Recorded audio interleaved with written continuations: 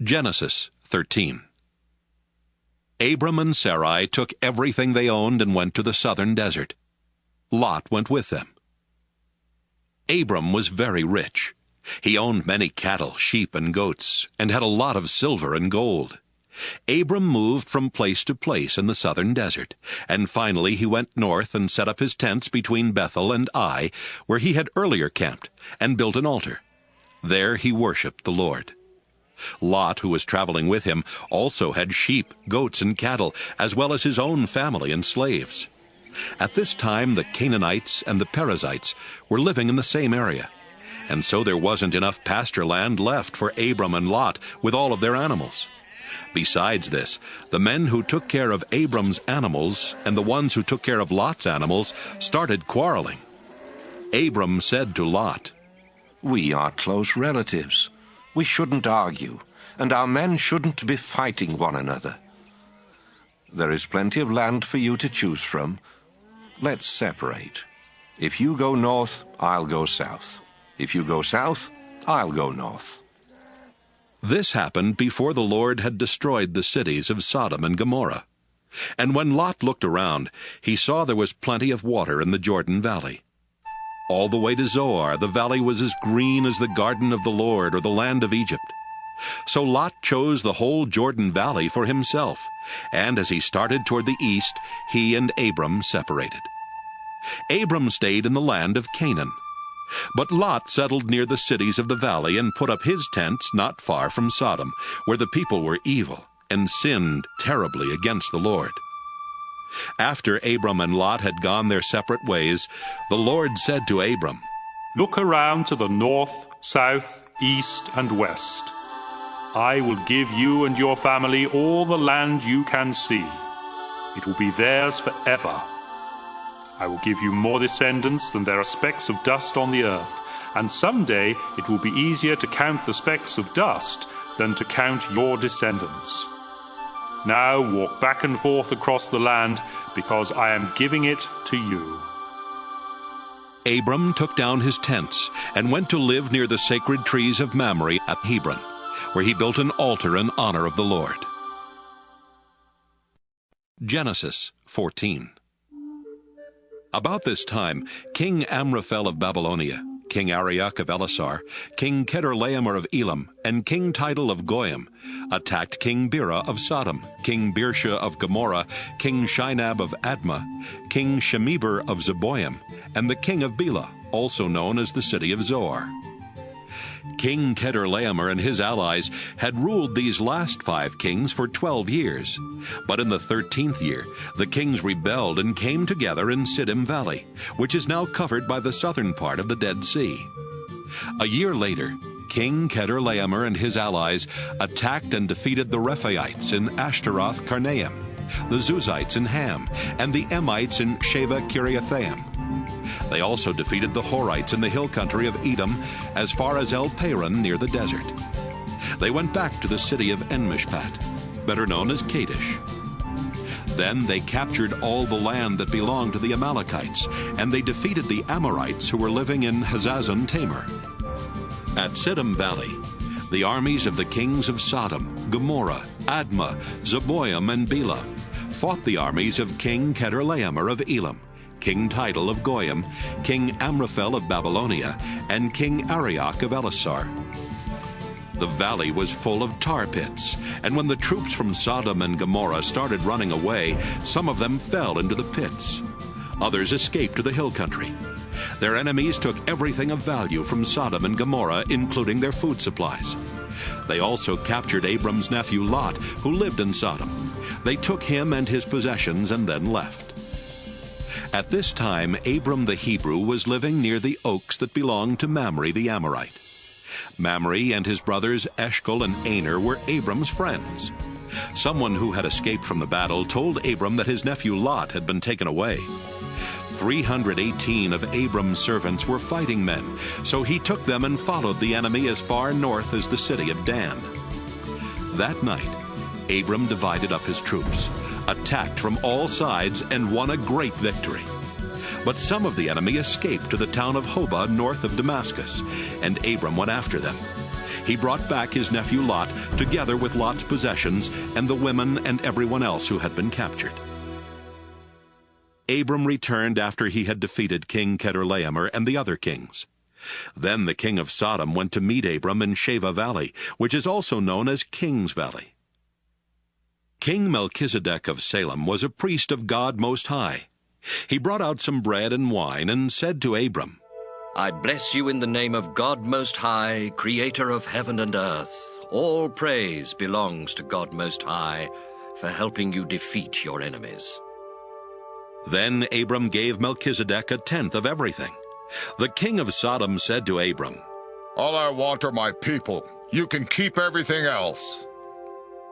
Abram answered, The Lord God Most High made the heavens and the earth, and I have promised him that I won't keep anything of yours, not even a sandal strap or a piece of thread. Then you can never say that you are the one who made me rich. Let my share be the food that my men have eaten. But Anah, Eshcol, and Mamre went with me, so give them their share of what we brought back. Genesis 15. Later the Lord spoke to Abram in a vision. Abram, don't be afraid. I will protect you and reward you greatly. But Abram answered, Lord, all-powerful, you have given me everything I could ask for, except children. And when I die, Eliezer of Damascus will get all I own. You have not given me any children, and this servant of mine will inherit everything. The Lord replied, No, he won't. You will have a son of your own, and everything you have will be his.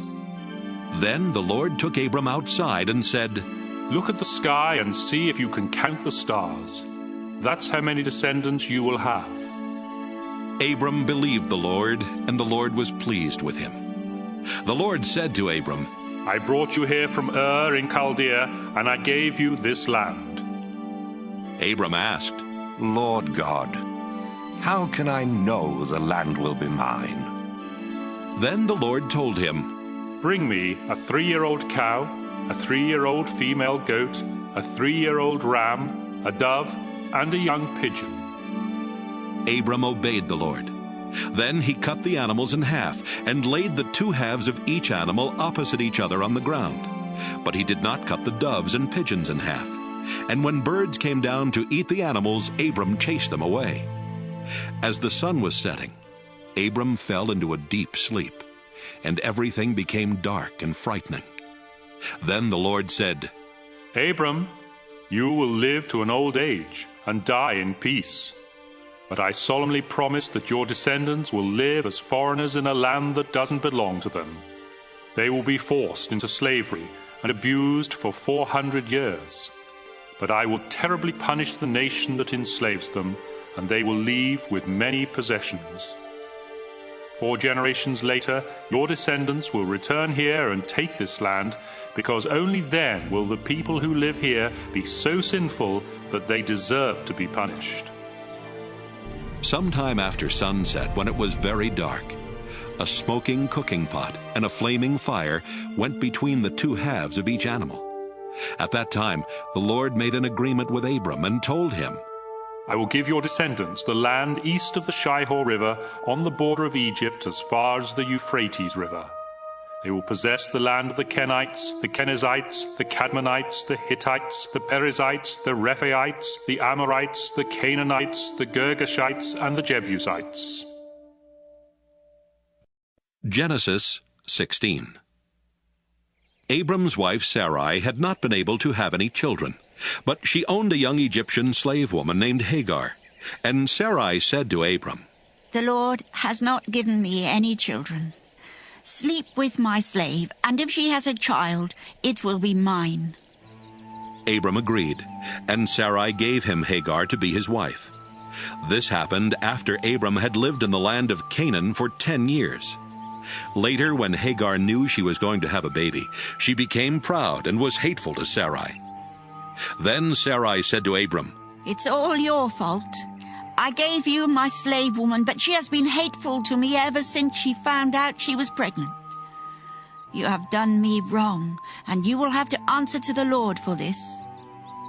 Abram said, All right. She's your slave, and you can do whatever you want with her. but Sarai began treating Hagar so harshly that she finally ran away. Hagar stopped to rest at a spring in the desert on the road to Shur.